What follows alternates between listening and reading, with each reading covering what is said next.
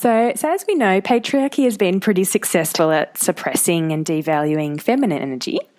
And I love your description on your website of how everything in your life began to change when you embodied the truth that you are perfect and you are enough, a woman who knows her value with every cell of her body. So can you start off by sharing more about this deep knowing that you've realised of your real worth and power?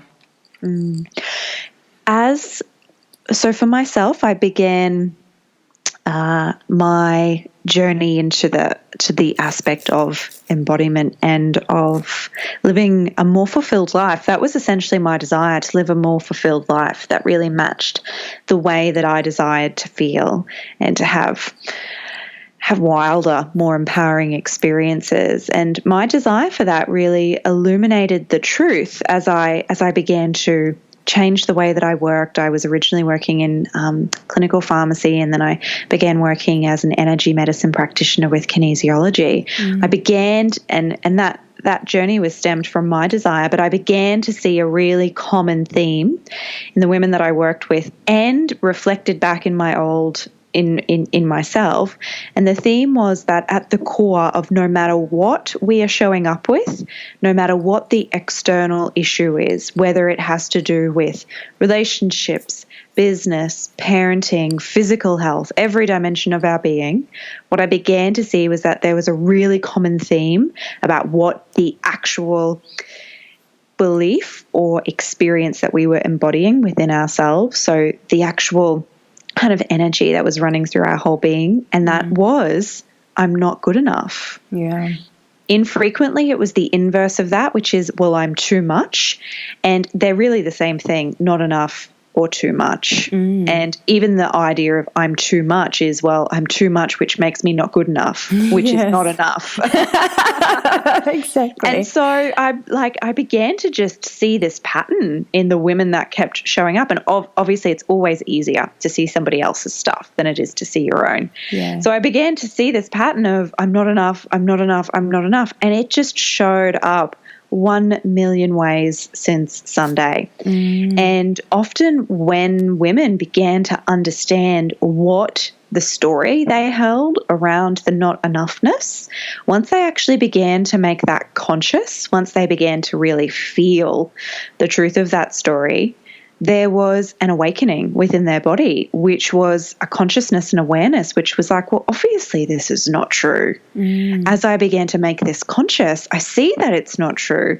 And once we make something conscious, we then have the capacity to begin to actually work with it. And so for each of us, illuminating the story of why we are not enough is number one step in creating a new experience within our body. And that's what embodiment is. It's creating a new experience in your body, living, breathing, making decisions, going out and having the life that reflects who you are holding within.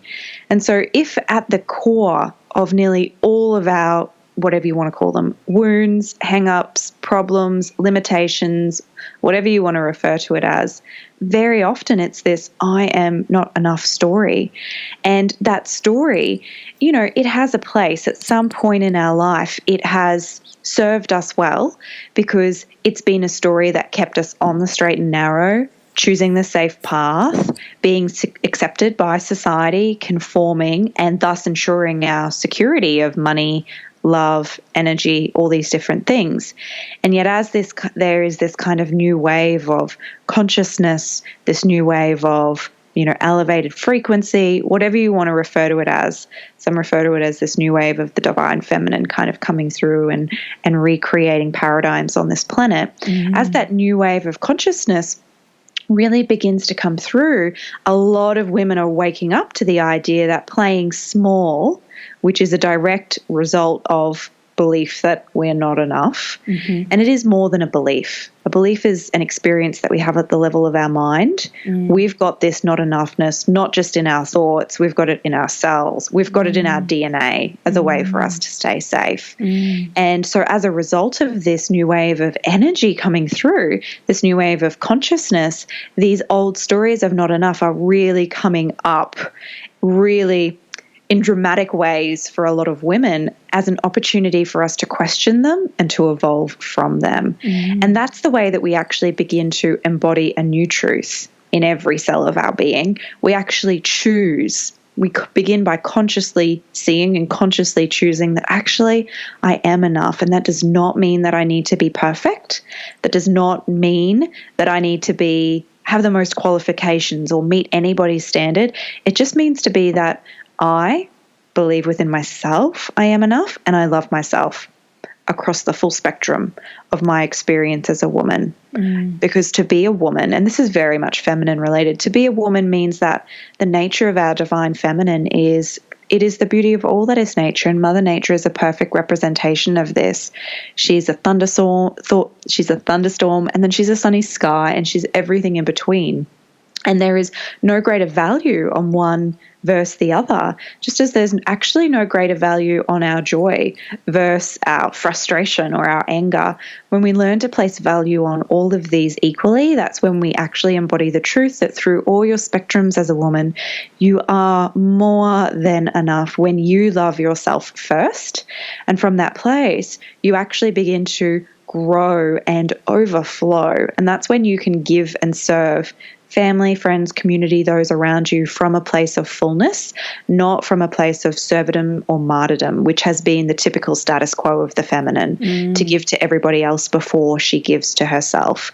So I've covered lots of different things in that answer, but in summary, it's like that's the core belief that's really coming up for us to begin to work with and to embody a new energy and to embody a new consciousness around. And it's a little bit easier said than done because for a lot of us, that conditioning runs deep. And there are a lot of, as you will label, patriarchal structures that really keep us in the not enoughness. And in the story of why you are not good enough. And you've identified them so beautifully, as we've already spoken about. Thank you. So I guess that leads perfectly to my next question. And you've touched on some of this already, but in your work as an embodiment and energy medicine mentor and also through your online school, how does this real deep sense of not enoughness and also lack of valuing our own feminine energy play out for many women? And I guess here I'm asking about what kind of emotional patterns or beliefs do you see, particularly in external validation seeking, like such in careers or relationships or even sexual experiences and physical appearance as well? Yes, definitely. So this story of not enough, what it essentially does is it disembodies us. It takes us out of the experience of our body as women, and it takes us into the mental level, which is that our energy rises out of our womb and out of our heart and into our head. And an ascending energy is typically associated with a masculine energy or a masculine consciousness, and a feminine consciousness or energy is typically associated with descending. And I'm getting somewhere with this, I promise. But, you know, if you imagine the Shakti-Shiva relationship, so Shiva being a masculine consciousness is the universe, and that's above our heads, and Shakti being the earth, which I've already spoken about, Mother Earth, she's below our feet. So the feminine is often descending. So what happens when we are unable to allow ourselves to experience the full bandwidth of sensations and emotions that are happening within ourselves as women, when we label them as wrong, as emotional roller coasters, when we don't know how to safely navigate our emotions, when we don't understand the potency and the value of our pleasure, when all of these things in a society are labeled as you've got a problem or that's not productive, we all ascend into the masculine, and that means ascending into our head. And from that place, we become disembodied. And so disembodiment can look like a huge number of things across a huge number of areas. In the realm of career and in the realm of career, disembodiment often looks like, at the first level, it looks like, well, I don't know what I'm here to do. Of course we don't know what we're here to do because we're not connected with our pleasure or with our heart. So how can we navigate to a fulfilling career when we're not connected into our bodies, into our hearts? And so we make the logical steps, we make the logical choices, and we end up with the career that ticks all the boxes on paper. It's very much how I ended up as a pharmacist. I literally had a checkbox. I don't want to have to touch people, but I want to work in health science and I want to be paid this much. Oh, pharmacy. Okay, that's what I went and studied. Literally, that's how it was done. And so that's the first level. And the second level then, as we begin to kind of awaken a little bit more into our body as well, we begin to get this sense of, well, I want to do something more purposeful. I want to do something that serves myself and others more deeply. And then the second kind of level that we often get stuck at, which again is speaking to still a degree of disembodiment, is, well, who am I to do that? Am I enough to claim myself as expert? Do I have enough qualifications? Do I have enough experience? Am I as intuitive or soulful or whatever it is as her? And this is again where we are in this state of, I'm not sure if I'm enough. So the typical thing, the biggest thing that I see happen is I'll go and study some more. I'll go and learn more about some chakras. I'll go learn more about some life coaching, whatever it is. I'll go and get more tools. And that is really discounting our embodied experience as women. Our embodied experience, the actual lessons that we have learned over the course of our lifetime and that our soul has been refining and developing over a course of many lifetimes, those embodied experiences are actually the experiences that you can't learn in a university or a school, and they're what actually makes you a human that has incredible worth. And yet there's really not a culture that understands the value or knows how to appreciate the worth of an embodied experience. And so this is the second level that gets us really stuck in our careers. And so that's kind of disembodiment in the career section. And I can break down the other sections if you'd like. Is this what you're wanting? Yeah, totally. I just noticed we are at 17-minute mark, so I just want to check how you're going with time. I have time. I talk so much. I have to say. Great. Yeah. So much. Awesome. Yeah. Yeah, totally. This is gold. And I should really get a copy of this because I've not broken some of this down in such conceptual. So if I could get a copy of this recording, it would be interesting. Course. To hear what I'm actually coming up with right now. Definitely. So in the realm, so the big realms that I see and that I typically work with are career, sensuality, and relationship. So we'll speak about relationship next. In the realm of relationship, what typically tends to happen is, so we're either in the descending feminine energy or the ascending masculine energy. So what often begins to happen is that in the realm of relationship, in a very disembodied approach, we're really looking to that story of like the Disney movie, like he's going to be my Prince Charming and I'm going to get married and then I'm going to have children and that's going to fulfill me as a woman. And without a doubt, partnership and marriage and being a mum are definitely paths of fulfillment for the feminine, without doubt. But because that's actually been one of the only paths for fulfillment for quite a long time in the feminine lineage, often for a lot of women, the majority of awakened women, and I would estimate every single woman who's going to be reading your book, while that is a critical path, it's not her only path. And moving forward for the feminine, there actually needs to be a fulfillment which bridges the gap between who am I as a woman, what is my purpose, and me here as mama, because we have the capacity to do all of that. So in the realm of relationship, this brings up a lot of new challenges because as women, as we move into a more embodied state, we're really wanting the support, the encouragement, the conscious partnership with a man or a lover. And we're also really looking for somebody who, if we're in our feminine, we can really rest into in our masculine. And this can often bring a lot of challenges because our relationship evolution over the past few years, we're kind of, some authors, David Dieter's a great author on this topic, he speaks about us currently being in the third age of relationships. So the first stage of relationships was when it was very much, male dominated, very feminine, submissive, and this was quite a few years ago. Then we entered kind of the revolution and it was kind of equal 50-50. And that was the second phase of relationships, which was the rising of the feminine and the claiming of the intellectual feminist and the woman stepping in into her power. And that phase was very much required as a portal to evolution, but actually led to a lot of disrest, because what happened, and what I think you and I will see, is that a lot of women stepped into power, but they stepped into a very masculine power, which meant that we lost even more connection with our sensations, emotions, and feelings. And we felt like we needed to prove a particular amount of worth according to somebody else's patriarchal model in order for us to validate ourselves. And that really, as the feminine, took us a little bit away from our core gifts, which are nurture, sensation, and flowing emotional states. And these don't really map to productivity at a conscious level very easily. And yet they're inherent within us, and they won't be ignored, because that's actually what's required for us to heal the planet, because the planet is the divine feminine. And so David Dieter speaks about this third stage of consciousness that we're in the relationships vein now, which is when women are really wanting to rest more into their femininity. What does that mean? It means they want to be open and vulnerable and held, and still be held powerful.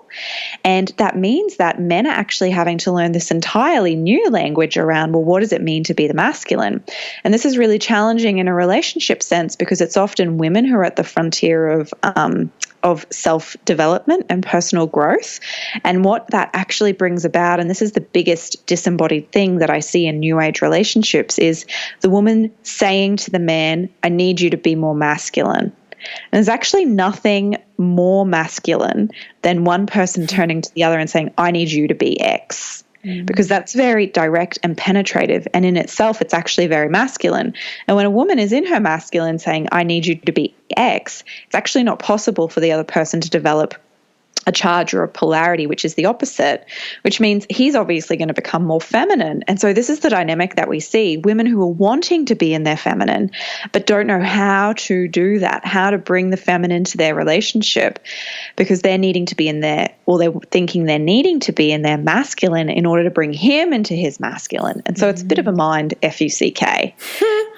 And so in the realm of what it really means to kind of come into a more embodied place, what's really needed at this time is for women to be modeling the virtues of femininity, which are the soft, vulnerable power that we model so well, and learning that it's safe for us to take the first step. That's what's really required of us. And in the third realm of, so we had, what did I speak about so far? Career, relationship. And then appearance. Or sensuality. Yeah, appearance and sensuality they do go really closely in hand, because the big issue with sensuality and pleasure, and I'll just put them in a pot together for the purposes of our time. The big thing is with those is that as we move into a more kind of ascending masculine energy, we don't understand that pleasure is productive. And pleasure is incredibly productive for the feminine, because for a lot of us, our intuition actually exists within the yoni, within the vagina. And actually there is this sensory experience of, you can call it womb wisdom, some women call it pussy intuition. We actually all have this sense which exists within the most feminine portal of ourselves, which is down around the pelvic, sacral region. And when we actually tune into this intuition, we physically get a sensation of pleasure when we're on the right track. That means it's really hard to make a wrong step in your life. And this is relevant across business, relationships. It's literally like the sensation of being turned on, except it doesn't necessarily have to be in a sexual way. It can be turned on in a sensual, pleasurable way. And it could literally be about a decision that you had made in your work. And within ourselves, because we've been so disconnected from our pleasure and our sensuality for so long, there has been like a collective loss of the wisdom of what it actually means to make decisions from this place. And so we're all up in our head making decisions from our head according to, the status quo of this is the steps that you need to take in the logical order that you need to take in order to have the kind of success that it's preached that we should have. And when we are in that state, we actually disconnect 100% from this feminine wisdom, this womb wisdom. And that means that, of course, we're not going to be able to navigate the most pleasurable, joyous path that we potentially could. And so in a disembodied way, it looks like, in terms of sensuality, it very much looks like, well, I don't know how to actually connect into my body, and I don't even really acknowledge the value of my body. And that's, that's very relevant to the concept of appearance as well. And just very briefly on appearance, it's like appearance is very much the concept of, well, this is the structure of what I should look like. And if I don't meet this, then I'm not enough. There's that not enoughness again. And yet the real truth is like, well, you get to determine what is actually enough and what part of you is not worthy of love. Because when you choose that a part of you is enough, you choose that it's worthy of love.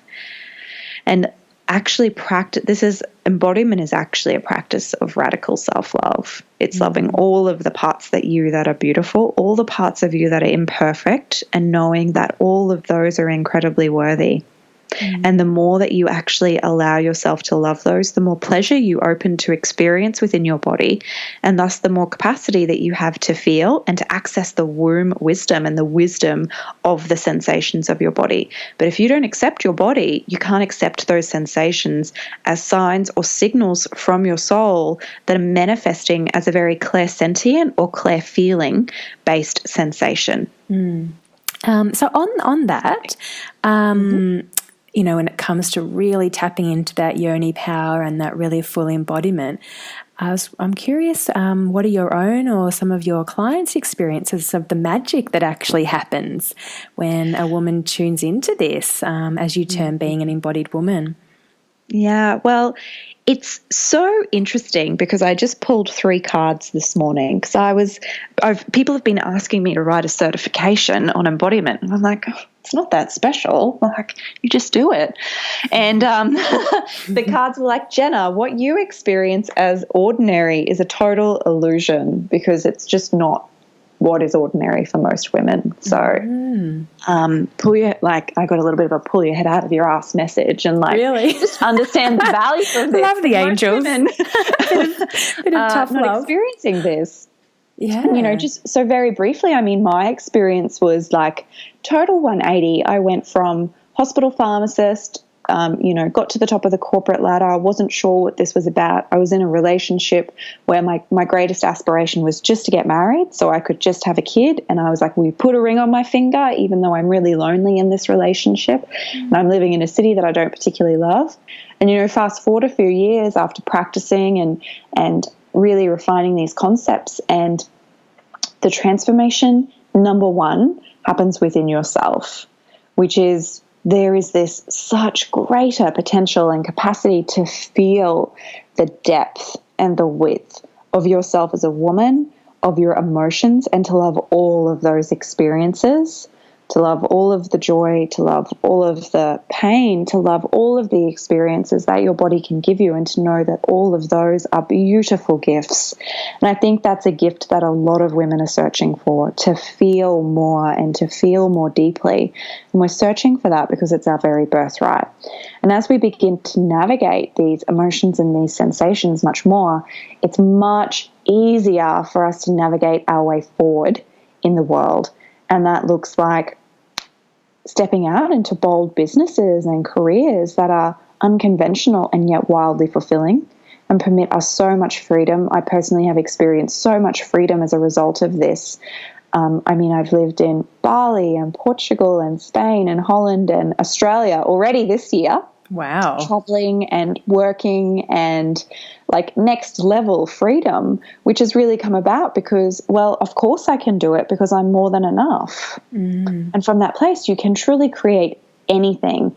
And the reality is that anything that you can dream of, it already exists in the world, and it is just there waiting for you to desire it and waiting for you to know that you're worthy of it.